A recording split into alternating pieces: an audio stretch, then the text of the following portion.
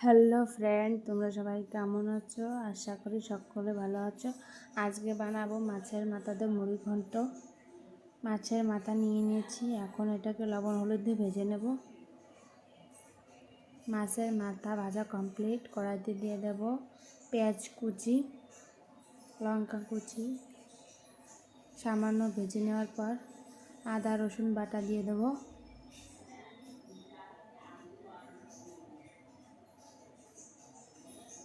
ধনে পাউডার,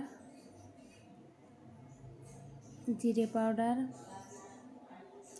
হলুদ গুঁড়ো, লঙ্কা পাউডার।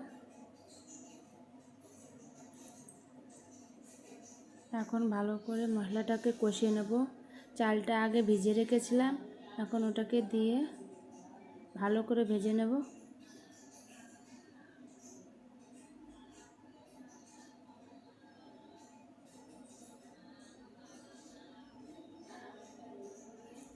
আমার চাল ভাজা কমপ্লিট। এখন দিয়ে দেব জল।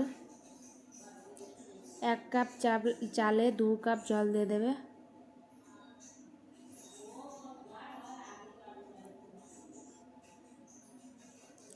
জলটা একটু গরম হয়ে গেলে আলু ভেজে করে রেখেছিলাম, আলুটাকে দিয়ে দেব।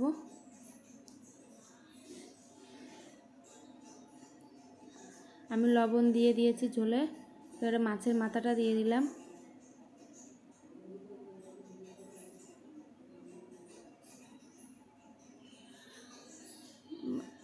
নামানোর আগে সামান্য একটু চিনি দিয়ে গরম মশলার পাউডার আর ভাজা মশলা দিয়ে নামিয়ে নেব।